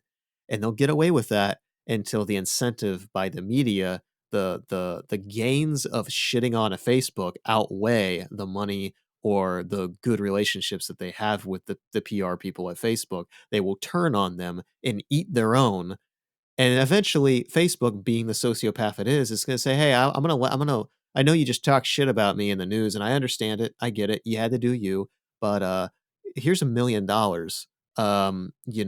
We're cool, right? Oh yeah, yeah, yeah. Because the media is inherently sociopathic as well. Yeah, it's cool. Water under the bridge, and then the beat goes on, and they do the dance again. So it's just like, I also worry about that because you have people like you and me that want to work with brands that are ethical and have founders that care and are solving a need. But then there's also, for every one of people like you and me, there's 50 other marketers that don't give a fuck, you know. Maybe not 50. There's a lot of really great people in the marketing community. I think the Sure. marketers get a bad rap, but still, there's a lot of people that just want to make money and do that. So it's hard. I mean, where do you see all this going? Like you said, you're not super optimistic about it, and I'm frankly not either. Um, where do you see like the natural kind of trajectory being with this shit? I I don't I I don't know. I feel that these things come in cycles, and I think we've always hoarded as a community. We did it thousands of years ago. We will continue doing it. I think I think there's just too many consumer products out there. It's ridiculous. We're killing the planet, and I think there's going to be new sensibilities which will give rise to new baselines, which will reset everything. I mean, if imagine if 12-year-olds 10 years from now, they said we're only going to buy products that are net positive for the planet. 90%, 95%, 99% of brands that exist today, because even the ones that have Gone. social good, it's mostly cosmetic. um, and so they'll just die. And so there's going to be a whole new breed of companies that are going to be born. I think yeah, I think I can't see that far out in the future to kind of see how it's going to play out. But I also feel like we have these self-repeating patterns. I was talking to someone earlier today, and I was talking about something that I'm struggling with, and I was like, I just realized that I'd already figured it out 5 years ago, and I just forgot. And then Yeah. I just took 5 more years to figure it out. Yeah. And I think if you were to take Josh, if you were to take you and I through a teleportation device and take us back in time, 100,000 years ago, I'm pretty sure there are two dudes sitting back there having similar conversations about like the pointlessness of what's going on. These are self-repeating patterns, so I think it's gonna someone's gonna be sitting in a spaceship talking about the same thing. Yeah, I want to end it on a more positive beat. I think I I think the ability for of a marketer to um, understand what the consumer wants. I mean, because when I think about the way mass consumerism was 50 years ago, it was actually way worse, because we would have these mass consumer products that we just jammed down everyone's throats. And I think where we are today is so much better, because there are so many dimensions to a brand. It's the natural, the how you build the product, to your stance on customer service, to your stance on performance and sourcing. And you have running shoes that are for a very specific type of arch design. This is great for the consumer versus what we had 50 years ago. Um, but I think we are also over consuming. So I think, and I think this all emanates, this is the thing I should mention, is that all of this emanates from the individual. um, Facebook isn't bad because people in Facebook suddenly said, let's inject evilness in humanity. Human beings are, I mean, those studies on Facebook that say, where they got in trouble, where they said, bad news gets more reactions and gets more engagement. Who's doing the engaging? It's the end user, and the end user is saying, Yeah. oh, I see Sarah had a kid, fuck that shit. Oh, I see Jessica's mom just died. Oh, I'm going to pay attention to this story. I Yeah. mean, we're the ones who are kind of fueling that. It's just so we're the ones who are driving this, and I think we have to slow down and really ask ourselves, like even before we had this conversation today, I asked you like, what kind of microphone do you have? And I didn't. I guess my point is that I'm going to go and just buy it. uh this is not how our parents bought stuff. Like, I'm pretty sure my parents like spent weeks, months thinking about stuff. Like, do I really want to buy this kind of microphone? It seems very indulgent of me. I already have one. I have actually two sitting in front of me. I want to throw them away because I want something. I want what Josh has, right? So I don't know if that's a Yeah. good thing.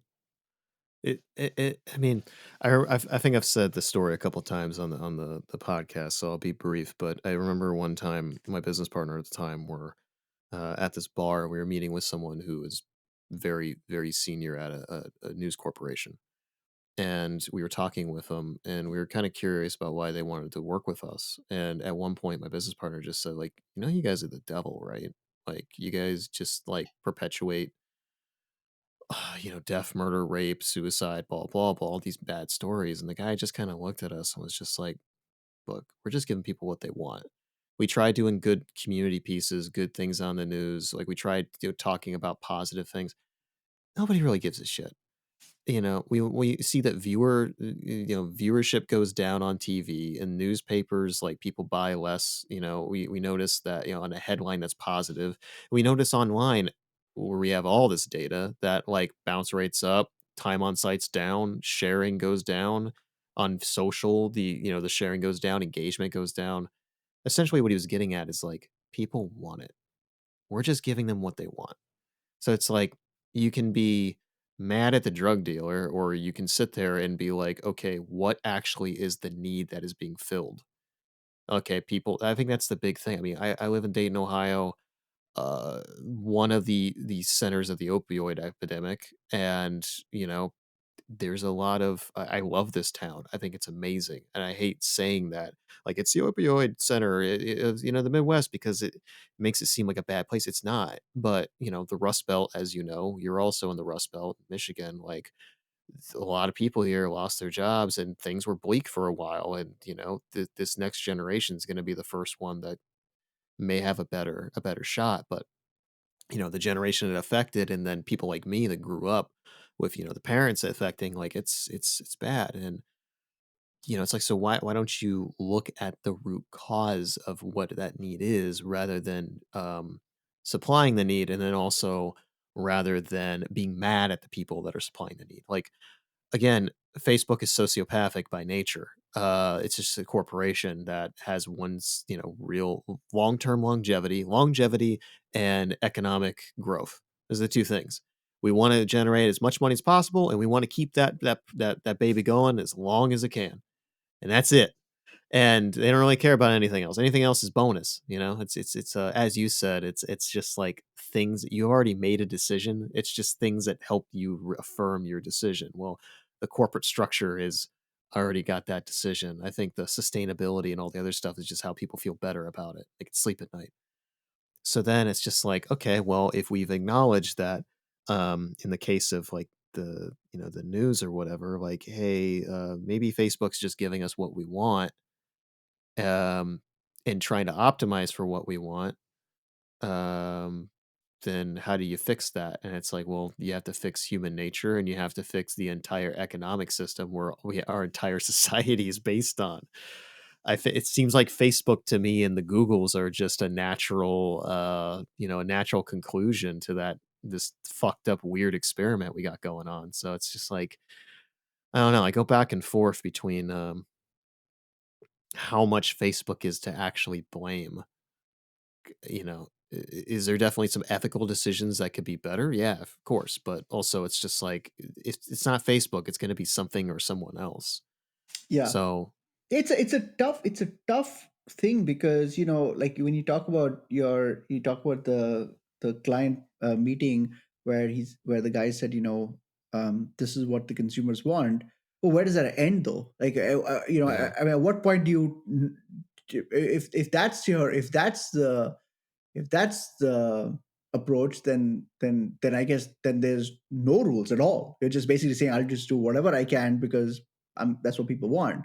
um, and I think that's kind of complicated as well. And I think it's a really complicated. When George Bush said after September 11th said, the way to be patriotic is to buy stuff. I mean, that just goes to show you. I mean, he obviously, I can't imagine that's something that he wanted to say. I don't think that's how he thinks. I can't imagine that he's like, he was told to say that, like, hey, we gotta get he's probably thinking like, what the fuck does that even mean?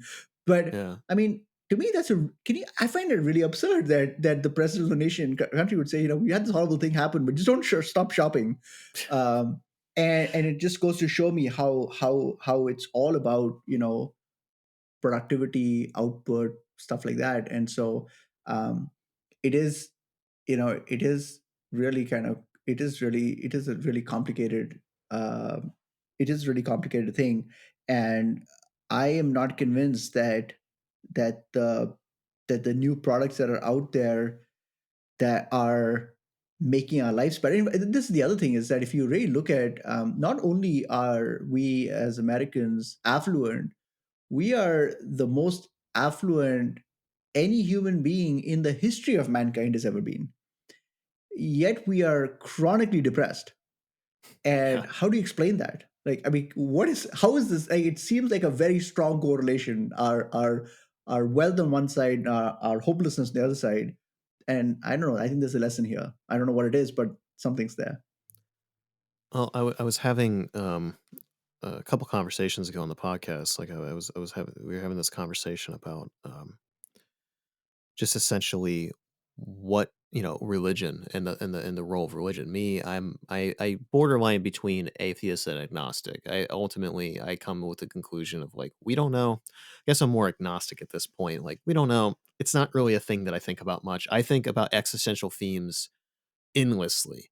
But as far as like, is there a God? Is religion real? It's like, really, Matt. Like, we have no data on that, so it's just not even something that I really even consider anymore. And the person I was talking to was very, John was like very much so. He's someone who's a Christian, and we were talking about this, and I think he was a little surprised. At least my take on it is he seemed surprised when I was just like, yeah, I think we threw the baby out with the bathwater because there's a lot of things that are missing now with religion. And my point is like, I think there's a lot of things with community and connectivity, and there was a positive side to tribalism that we had, where we're all in this together and we're all sharing resources. Now also, you've got the fucking crusades and you got all this other crap. Like, there's a lot of bad that religion has done, but I think also there was good that we've kind of gotten rid of. And I think that community aspect, everyone is isolated in their little bubble. Social media and everything else is escapism we were talking about, and I just think people feel very disconnected. And I think that further kind of is the issue. I think the lack of connection, I think the lack of meaning and purpose. Like, okay, we have all this money and all this wealth, and you have people like Jeff Bezos and and Elon Musk that are tens of billions of dollars, and I'm sitting here working my ass off, and I'm tired, and I don't even know why I live. You know, it's like my sister's a fucking nurse, and what the healthcare system is doing to nurses is straight up like insane. It's just ridiculous. It's sociopathic. We're talking using that term again, like what the healthcare system is demanding of nurses right now. It's nuts. A lot of people that I know that are nurses are on the verge of quitting.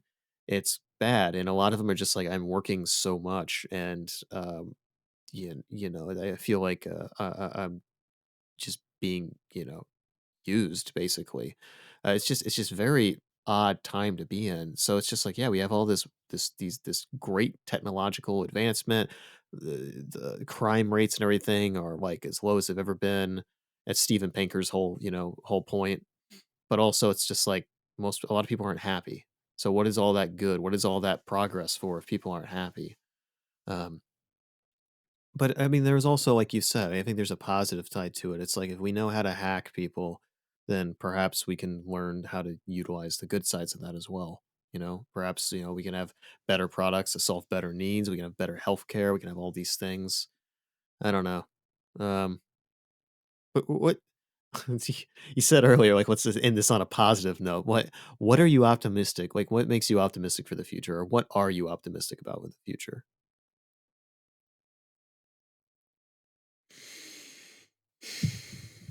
Yeah. I shouldn't have to pause so much. I, I've said it before, but this should be the sad cast sometimes.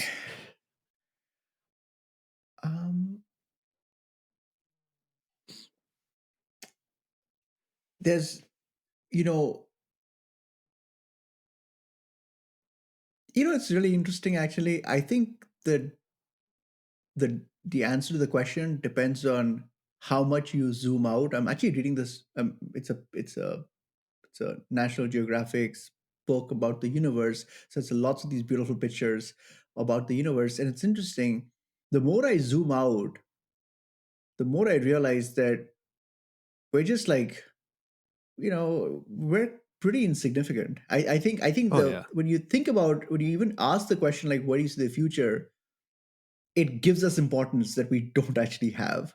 Um, and so one of my favorite books, and I'll end on this very somber note, but one of my favorite books, my all-time favorite book, is a book called Rendezvous with Rama.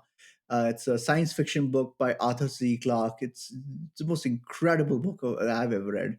And the story basically is that there's this unexplained object hurtling towards Earth, and all the greatest minds have all these theories about what the hell it is. And they actually land the vessel, they go inside, they investigate it. It's huge, and the whole book is about it.